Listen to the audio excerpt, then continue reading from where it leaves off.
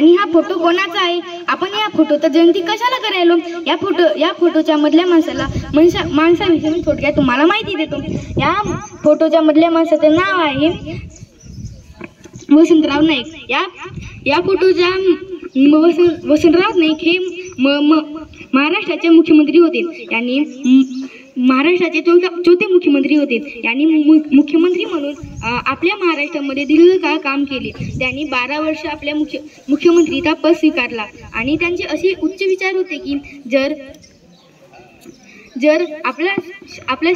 आपली शेती संपन्न राहील तरच आपला देश संपन्न राहील. जर आपली शेती मोडेल तर आपला देश पण मोडेल, असे त्यांचे उच्च विचार होते. आणि त्यांनी आपल्या महाराष्ट्रामध्ये 3 दुष्टकाळशी लढून त्यांनी आपल्या महाराष्ट्रामध्ये हरित